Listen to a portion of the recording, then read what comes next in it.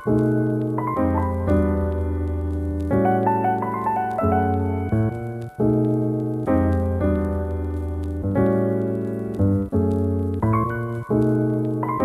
and I have been friends for a long time, fellow environmental advocates. All started at Hingham High School. We met at Hingham High School on the school council. On the green team. Yeah. Yep, on the green team. So anyway, this Cleaner Greener Hingham is a town committee. We're essentially the town's recycling committee. So just really quick show of hands why you're here. I did chat with some of you, and thanks for coming. I know you guys came a distance to get here, and some of you, just came a mile or two, whatever, to get here. But how many of you are gardeners and are interested in doing this because you want compost for your garden? Okay, great. How many of you are worried about trash? They kind of go hand in hand. I don't know, any other things?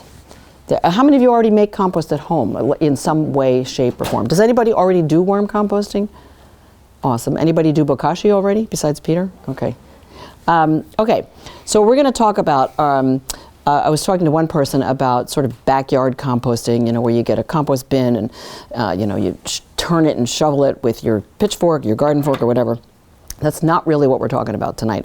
I've done many talks about that. I was saying to somebody that the Cleaner Greener Hingham has a website, and there's a recording on there from a talk I gave during COVID that's all about backyard composting, different strategies for how to do that, different configurations of bins and whatnot. So you can find that. It's on, it's on the Cleaner Greener Hingham website, and you can just click it and watch that YouTube.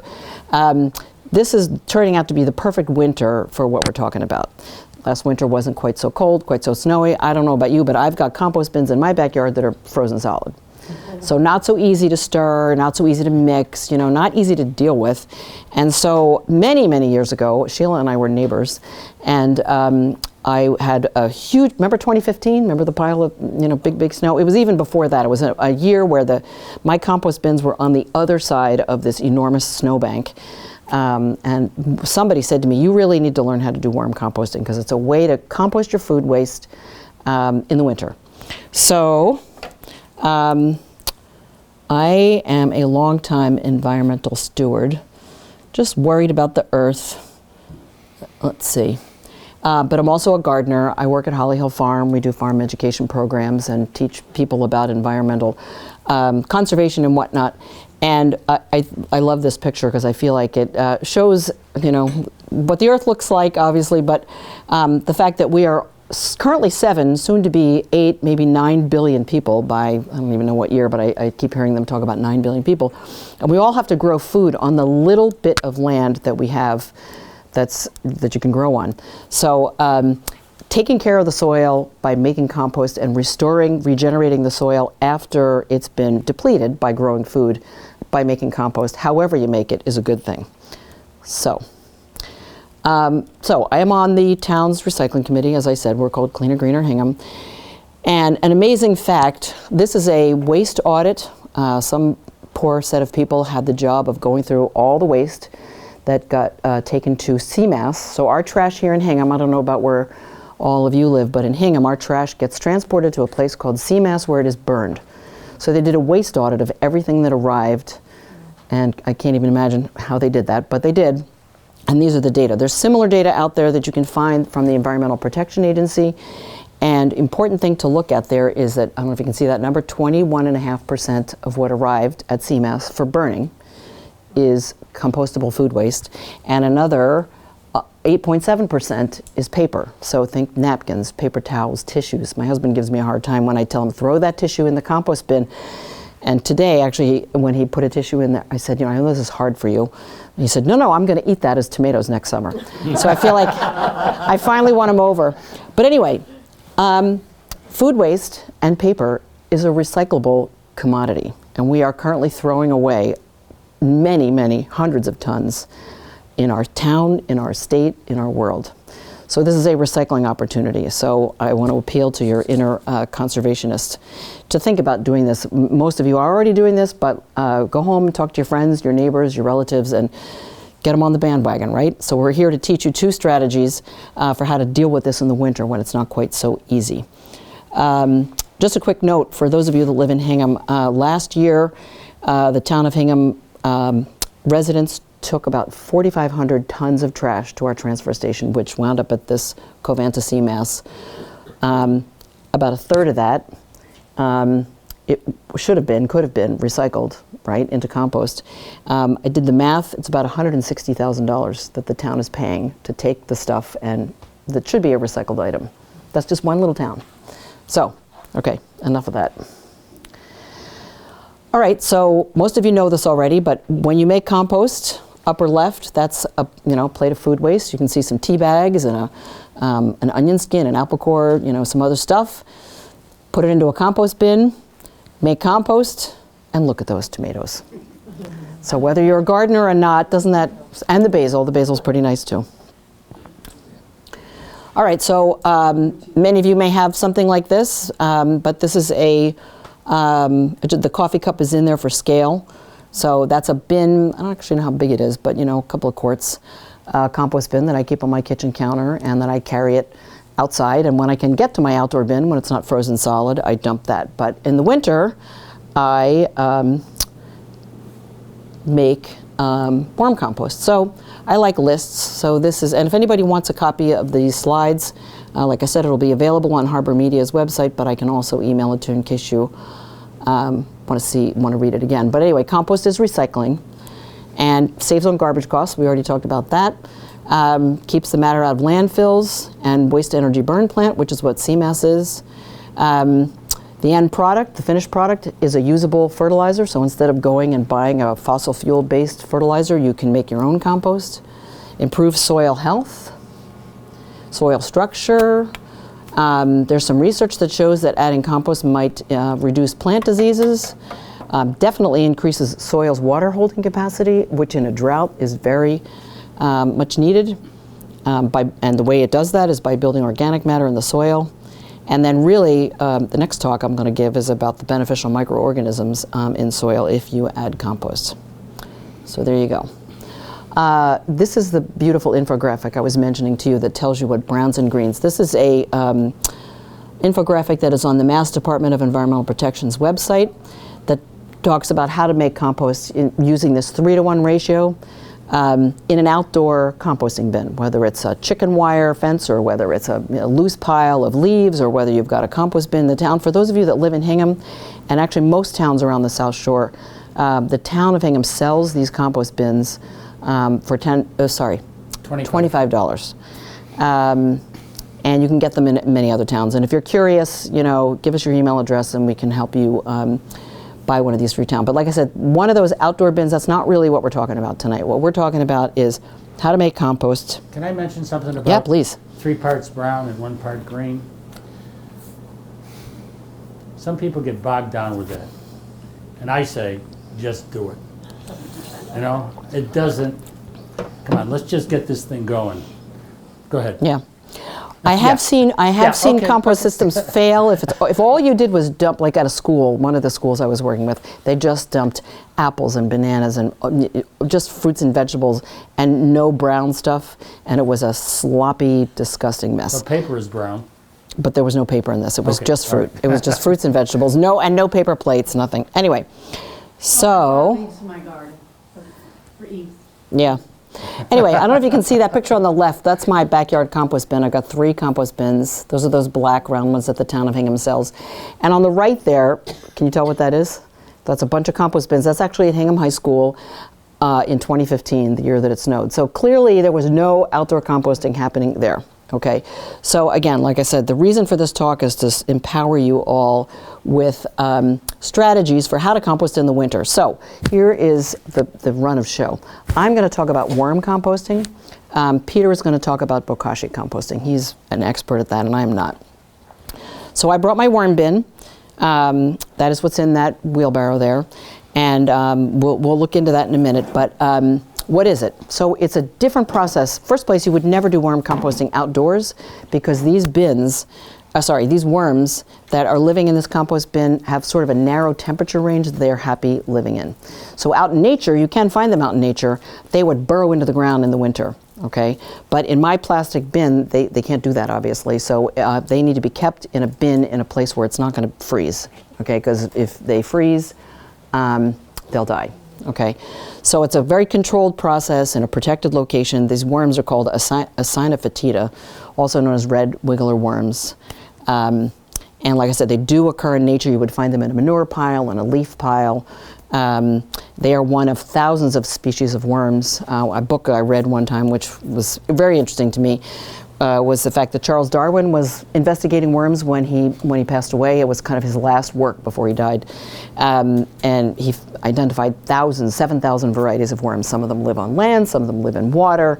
Anyway, very complicated. But anyway, these red wigglers are happy living in captivity, which is why that little 10-gallon plastic bin is an okay home for these worms to live, okay? So bokashi, which Peter's going to talk about, is a fermentation process. So fermentation, does anybody here make kimchi? Does anybody here do bokashi already? No? Kimchi is an anaerobic process. Brewing beer is an anaerobic process. What else, Peter? Help me out. Do you all know what that word means, anaerobic? Without oxygen. Yeah. Whereas outdoor composting is very much an aerobic process, which is why you get it in the kombucha. Yep, the second phase of kombucha. Yep. So you stir your pile because what you're doing is aerating it. You're giving the microbes that are doing the decomposition work some air. Okay. Bokashi is basically fermentation or pickling. Okay.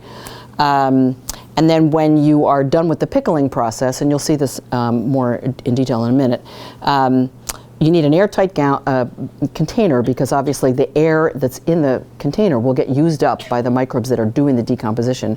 And then once the air is all gone, then the anaerobic without oxygen process begins, okay? So Peter's going to talk more about that. So, all right, I made that bin, and it's just a Rubbermaid tote. Actually, it's a Husky brand. That I think I bought at Home Depot a long time ago. And what you do is you just drill holes in the side and the bottom for air. Everybody asks me, why don't the worms crawl out? Well, I've been doing this for over 20 years now. It's never happened. I guess my theory is that, the worms are happy in there, they're protected, their food is in there, that they're not escaping. So I've never had that happen. Yeah, I'll just hold it for later if you don't mind. So what do you do? So the bedding that's in there, let's take a quick look in here. Does this work for the camera? All right. So there you go. So there's some sort of decomposing newspaper that's in there. We had cauliflower for dinner last week. So that's the stalk of a cauliflower plant. What else is in here? You can do a little compost investigation, but coffee grounds. Anyway, and I'm going to pass around a plate with these worms. And what I have in here, actually, this is some finished compost. We'll talk about this in a minute, but I really don't want this to fall on the library's floor. Where's my library friend? Oh, there you are. We would not be invited back if that happened, right? So, here's some little red wiggler worms. I see some pepper seeds in there. Whoops. So if you want to touch these, you can. Just a little warning that if you do, they might pee on your hand. It's sort of a defense mechanism. There you go. You don't have to touch them, but there they are if you want. Very cute. Very different than earthworms. I was explaining to somebody earlier that earthworms need to dig really, really deep. Here we go, there's a lot. Okay, there you go. Pass that around. Thanks. Okay, so you can put a couple of cups of food waste in here for every week. It depends on how many worms are in the bin, and you don't need to turn it. It's not like with your, the outdoor bin with your pitchfork, because you don't need to turn, the worms are doing all the work. Okay? So, depending, if you really wanted to get geeky about this, you could take your bucket and figure out how much food waste you're going to put in every week, and you could buy enough worms to make sure that the worms will process all the food. They say that a pound of worms will turn the food waste into compost, about a half a pound of food waste under ideal conditions, which means that big, huge stalk of cauliflower that I showed you, that's not ideal. If you get, I know don't you go to a juice bar and get some? Sometimes, yeah. juice. So pulverized, mushed food would be the best. Okay, so that stalk of cauliflower is going to take a long time to decompose, but I'm lazy and I'm not mushing my cauliflower up in the food processor. So if you really wanted to be cheap, you could go home and you could steal some worms from my worm bin, and 8 of them, there's another job for a graduate student who figured that out, 8 worms will turn into 1,500, which is about a pound of worms, a little more, in about 6 months, because they reproduce. So, all right, we've already seen them, but this is what they look like, and there's a quarter for scale. And those little things on the right, those are the eggs. So they're hermaphroditic, they have male and female parts, but they'll get together and they have babies, and believe it or not, they say there's anywhere between 3 and 10 little itty bitty worms inside those eggs. So that's why 8 worms can turn into 1,500 in not much time.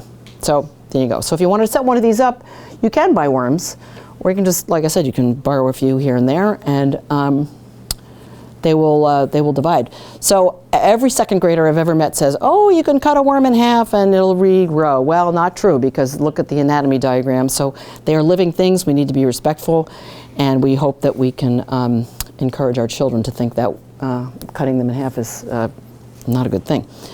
So where do you get them? So like I said, you could steal them from me. You can find them outside in a manure pile. You can buy them online, but they're expensive. Okay, so I reuse them. I'm practicing, they say that this is animal husbandry here, you know. They are doing a job for me, and here's what they're doing. Let's be very careful. This is the finished product. If this spills, we're in big trouble, Peter. Okay, so this is the finished product. So you can pass that around. Smells beautiful, looks great.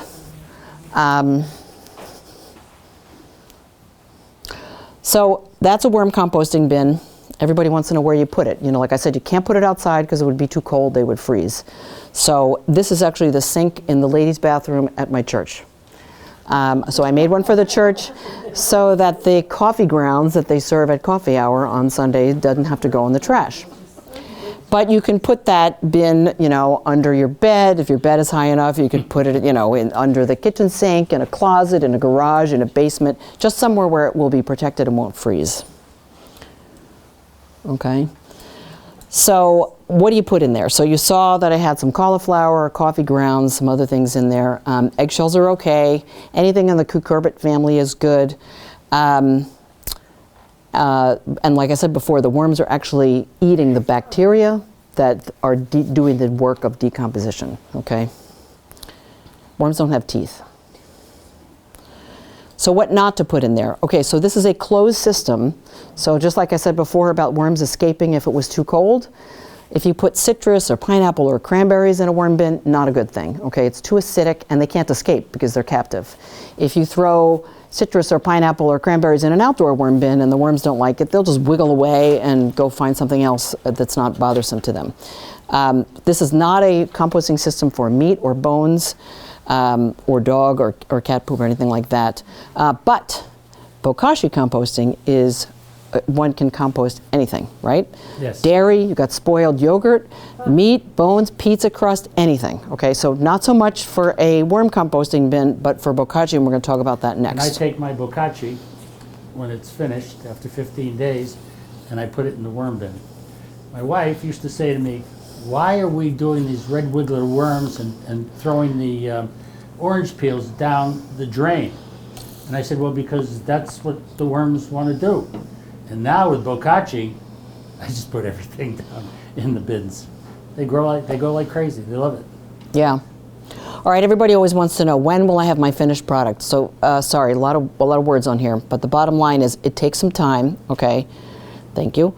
And you know, you should just check the bin every so often. You can go away. I've done these in schools where teachers will maybe leave a bin over the summer. It's fine. Okay, so you don't really need to babysit these kinds of bins, but at some point you have to stop adding stuff to the bin so the worms can kind of finish, you know, going through everything and basically eating everything and pooping it out and turning it into compost. Okay, so when that happens, leave the bin alone, let the worms do their work, and then when you come back, you'll have a bin that is filled with that black stuff that I just passed around.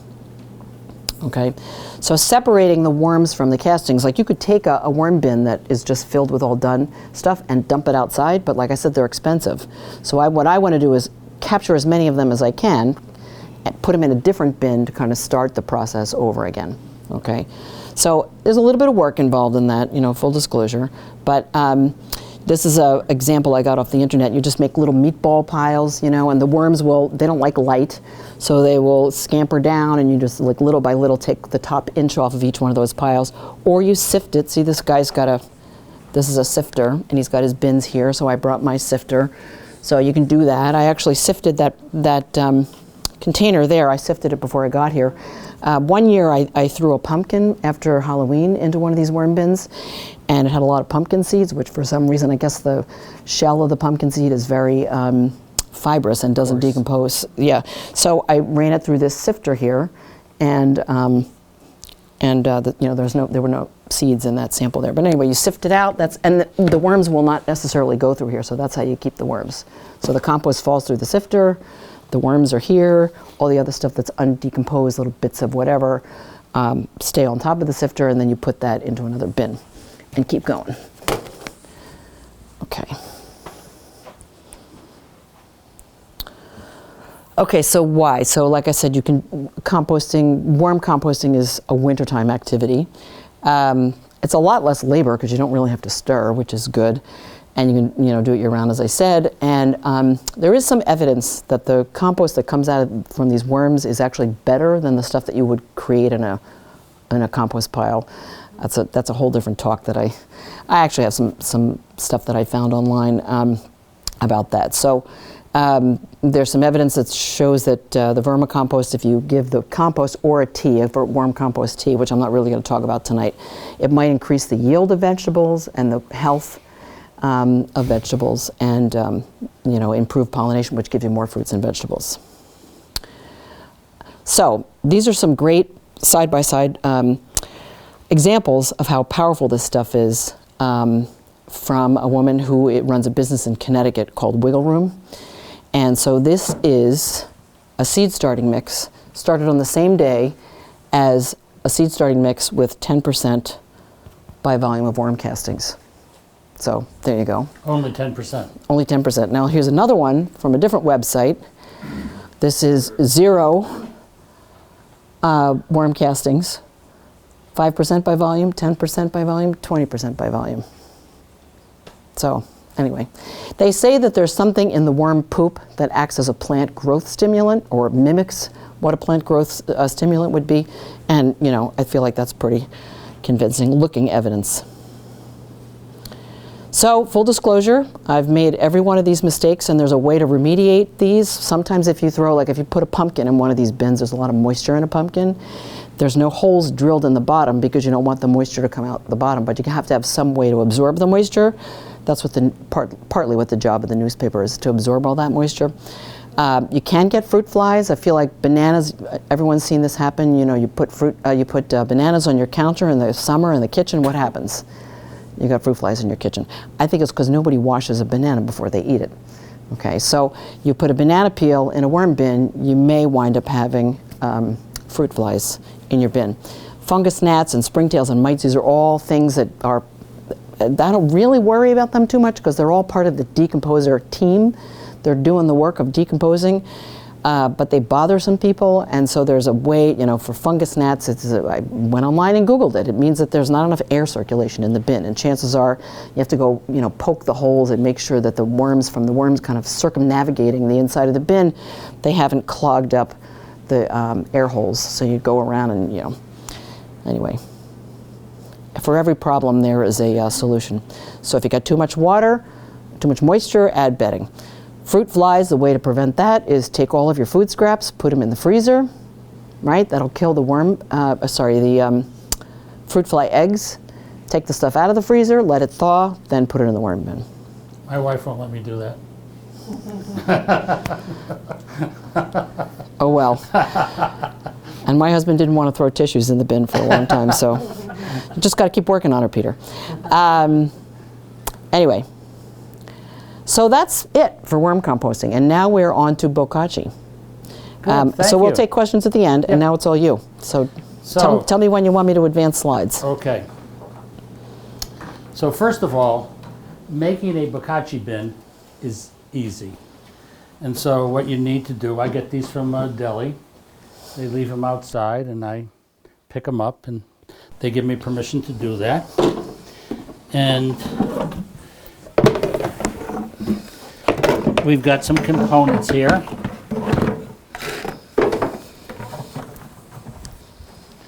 I take a 11/16 drill and an inch from the bottom, I drill it. And so then I buy these little spigots. I'm not going to tell you where I buy them because my wife is here and she doesn't like me buying these things from that company. Oh, You know what I'm talking about. and you can buy them anywhere, but it's convenient and I must learn another source, I guess. So you put the spigot on, and then the woodshop teacher at Hingham High School gives me the scraps of wood. I put 3 scraps of wood in the bottom. I take one of these lids and I cut it so that it looks like this. I put a screw that came from an old square foot garden and I put it in the middle and I drop it in the bottom. And then, there's no holes in that, right? For drainage? well, it's kind of crooked, Okay. so it kind of goes off to the side. And then I take this lid, which is a dish, 50 cents at Target, and I use that to push down the food scraps. And so that's how you make a bokashi bucket. And that's a bokashi bucket.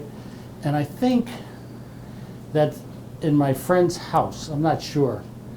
But he's a retired physics teacher. And I think that's where that came from, but maybe not. But in any case, this is an old sailboat. And so it's in my front yard. We live near the ocean. And I grow cucumbers and zucchini squash in that sailboat. You're looking at half of it. And so after you process the bokashi, which I'm going to talk about the bokashi process, you just dig a trough and you lay the bokashi down in a line and you cover it, and it goes through the next 15 days of fermentation. You can go to the next slide. So, a 5-gallon bucket, spigot, plastic plate, inoculant. This is the inoculant. You know, I don't do bokashi, but I think of this, for people that don't know what that means, think of it as sourdough starter, kombucha, SCOBY. It's, right? I mean, like, it's sort of like the thing that makes the bokashi process happen, so, right? Right. So it's an anaerobic bacteria and yeast. You're from Plymouth, and there's a company called Independent Fermentation. There's a lady there that's a biochemist. She's very smart. Smarter than me in biology, I'll tell you that right now. And so she's making this now. And so she's taking the spent. She's making, oh, right, I was going to say out of the spent grains. Inoculant. Right, but out of She's the using the spent grains. bran, and she's making this inoculant, which she was supposed to be here tonight, but she got into, I think, looking through her microscope, and so she didn't come down. But so I buy this in 5-gallon buckets. This cost $18. I can give this to you because I buy it for a lot less. I can give you 5 pounds that comes with the setup. I sell these setups. It's a 2-bucket system. And so when this bucket gets filled, I top it off. I have a picture Put a here. cover on it, tighten it up tight, and it sits there for 15 days. Why don't we go to the next slide? So that's that's a bucket with the grains sprinkled on top of those Right. oranges, right? Next slide, right. Okay, so this all started for me in Honduras. My wife is here, and she's a former Spanish teacher. And she dragged me all over Spanish-speaking countries for years and years and years. And I still don't speak Spanish. So we do a service project in Honduras, and I work with 5 different schools. This is one of the schools in a village that's very poor. And these are the students at the school, and the people over on the left-hand side, they're from an agricultural school. And they came to the school because we were doing school gardens. Now, I have been able to figure out in the United States how to fail at school gardens. The reason we fail is because we plant in the spring, the kids go on vacation, nobody weeds, more importantly, nobody waters, and so you don't have much success. In Honduras, the children are off from December to January to go up into the mountains and pick your coffee. And so they're in school in the summertime, and they can plant these gardens and be very successful. But not always successful because fertilizer is too expensive there. So these students came and they taught them how to make bokashi. Next slide. And so you can see some of the soil there is absolutely no good, and some of the soil has darker color to it, and that's the bokashi. And so here's the student teaching a student and teaching the teacher how this bokashi really works effectively. Go ahead, Janice. Next. And so the picture on the left are the children in the garden picking the vegetables and walking through the garden eating cucumbers. A cucumber provides 80% of a child's nutritional value for a day. And so, wow is right. So you can imagine if we can teach the children, and if we can teach about food security, that we really are going to make a huge impact on, their survival. And now we have a situation where some places are not getting aid from the United States for food. Don't do that to me. But if we teach them this, okay, we get a start in giving them some educational science background that they can use later on with their families and their lives. I have a question for you, Peter. Yeah. Before we go, where do they get the bokashi inoculant from? The grains? Okay, they make it a little different than I made it. When I came back, I had watched that and I said, geez, I've got to re-educate myself because they have hens there. And they take the poop from the hens, which is with sawdust, and they mix it with 1/3 food scraps and 1/3 regular soil. And it's a longer process, but then I went online and I said, gee, maybe I can do this at home. And so I kind of reinvented the wheel to do it here. Okay? So because they're not buying inoculant off of They're Amazon. using the hen droppings. Okay. Oh, wait, we can sorry. go back maybe. How do I go back? Sorry. So these are called bucket racks, and what's happened here in communities like in Chelsea and Dorchester, the sun doesn't shine very readily on different parts of the yard. So I made bucket racks so these can be moved. And what I do is I put sticks in the bottom. 1/3 of the bucket's got sticks in it. Next third has leaves. And then I use a product called Mel's Mix, which is 1/3 5 different kinds of compost, 1/3 peat moss, and 1/3 vermiculite, coarse vermiculite. And until really December 15th, I had lettuce and kale and tomatoes. Just tomatoes that go crazy. It's wild, and all being grown in bokashi. Only 6 to 8 inches of soil. Go ahead. And so this is Jack, my next door neighbor, and he's, how old is he, Kathy? 14? 12? Yeah. 12 years old. He comes over and puts it in the bin because in the summertime I leave the bin outside so that he can just come over and the neighbors can distribute, put their food scraps in there. And these are two young men from Hingham High School. And Hingham High School has done fabulous stuff with composting. I consider them the flagship of the Hingham Public Schools. And they were making bokashi there and adding it to regular compost. Go ahead, Janice. So those are my square foot gardens. What I do is I make Mel's mix, but underneath the soil I put bokashi, and each one of those plants will grow in only 1 square foot.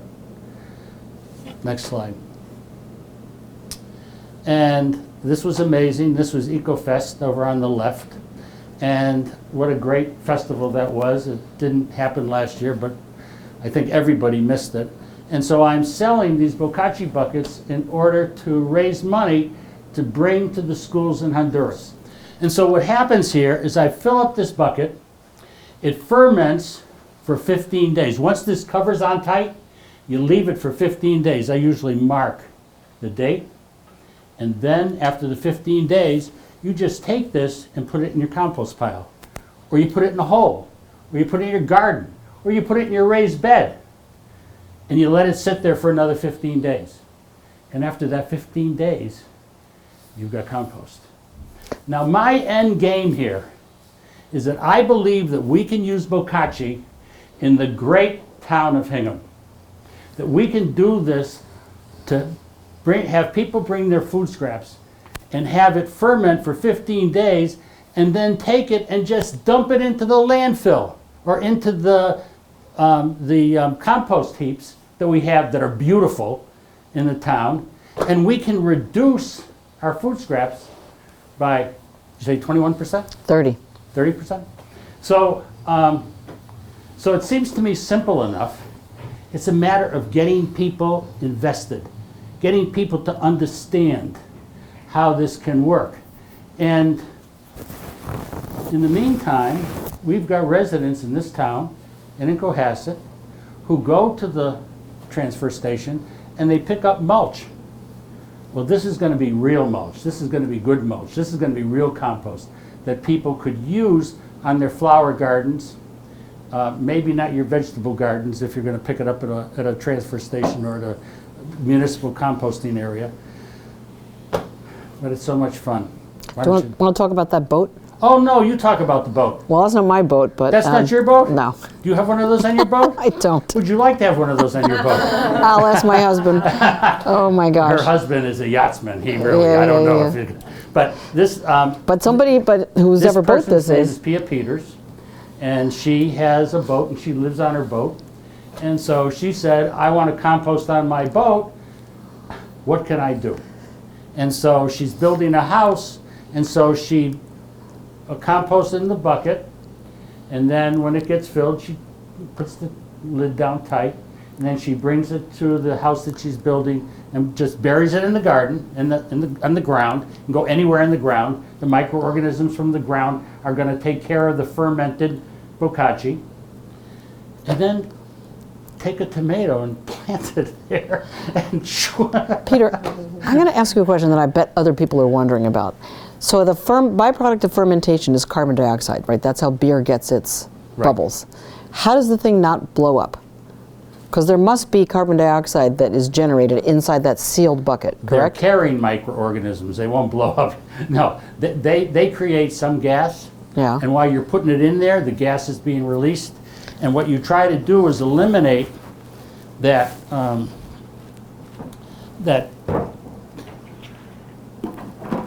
that gas by pushing it down. So underneath is the bokashi that's fermenting, and it's releasing the air. And so when it's fermentating in the last period of time, there's not that much gas. Now, the other thing about bokashi, which is beautiful, is that it makes compost. It makes bokashi tea. So the spigot in the bottom is there, so that when it's after 15 days or during the 15-day process, those vegetables are mostly water. So when you're sending your stuff to CMAS, you're transporting water to a facility that's going to burn it. You're burning water. Here, Silly. the bokashi tea is coming off, and I mix 1 yogurt cup, it's at 8 ounces, 6 ounces, with 1 watering can filled with water and a little bit of baking soda. Bokashi is acidic, baking soda is a little bit alkaline, and it just happens. And one of the things that happened to me this year was I had the zucchini worm. And the zucchini worm cut the stem off from the root. Have you had that problem ever? So I ripped it up. I was really upset. I worked so hard, and I tried to use a soap product and so forth to get rid of those larvae and so forth. And I said, geez, this is heavy. How can it be disconnected to the root and be heavy? So I started watering the leaves with bokashi tea. And the zucchini kept coming and coming and coming Oh my. and coming. I can't explain that, but the zucchini, we kept eating it and eating it. And last night we had zucchini bread from the garden. It was like, wow. And I've also done that with worm castings too. Worm casting tea, where I water the leaves. About 40% of your plants can live off of just the water that goes onto the leaves. If you're in a moist place or you water the leaves enough. And so it's interesting. And that's your boat, right? my Yeah. sailboat. Yeah. And look at that. Unbelievable. And that's your zucchini, right? That's my zucchini. And on the other side is the cucumbers. Wow. And and that boat is only Not very deep, right? that deep. Wow. But that's all compost. No soil, no fake compost coming from some composting company that just dumps it in these bags, plastic bags. I'm getting a little carried away. Brings them to Lowe's, they transport them, they move them, you empty them in your garden, and then you got to take the plastic bag and you got to recycle it, if we're recycling it at all. So this is cool stuff, you know. And do I have another slide? No, that's just this one. That's it. So we put together a list of resources, if I can get this to go, books, websites. Like I said, if anybody wants these slides, I'm happy to email them to you. That book, I meant to bring my book with me. The best book is this Worms Eat My Garbage. It's kind of the Bible of, I thought I brought it with me. Might be in this bag here. From Wareham. Who is? That Mary. She was? Yep. She's no longer with us. I thought I brought it, but I guess I didn't bring it. Anyway, so list of references there, and some websites, and some more information about bokashi. Peter has this book here. There's so much information on the web. I mean, I just Googled, these 3 websites just to find out where, how-to information. Some fun books for teaching kids, for any of you who are teachers. And and here's our contact information if you want to reach out to either of us for help. And if you live in Hingham and you want to scan that QR code, this is a survey but it's only for people who live in Hingham. We've been trying to work with the town to let them know how people are managing their trash. Are you taking your trash to the dump? Do you have a private hauler? Do you compost your food waste? Would you be interested in a composting food waste option for the town? So that's what that is. But again, it's only for Hingham residents. And that's it. So thank you. I hope you learned something. And we're happy to take questions. We live on a dead-end street. Elliot and I live at the end of that street. And my goal is that everybody on that street at the end of 2025 will compost. Now, that's pie in the sky. But if you don't try, it's not going to happen, right? Let's suppose we set a goal of 100% and we get 35%. Well, that's another 10% more than we had. But I you, think you have when you it's- have a bunch of neighbors with you already doing this, right? Don't you live a bin out and people Yeah, put stuff in the yeah. bin? And how many neighbors do you have there so far helping? Oh, in that, we have 3 neighbors that contribute. Okay.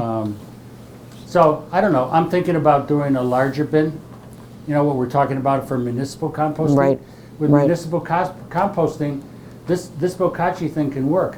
A lot of people have their food scraps taken to Black Earth. And, you know, I guess they're interesting company. They're owned by Waste Management. Waste Management right now is making so much money that in July they have to reset their goals because they've already achieved, I mean, waste is a big thing. And so Black Earth, I think, you know, the concept is good. People feel good about doing it. They come from Manchester by the sea, 46 miles. They drive around Hingham. They drive around Weymouth. They're picking up the stuff. I assume they have a diesel-efficient truck. And then they go 46 miles back. We could do this right here. We don't have to have. And I have to point out that in Hingham, I believe that the schools do a great job, do a really great job. And it's exciting. It's really exciting in terms of composting, recycling, informing the students, getting the kids involved, that kind of thing.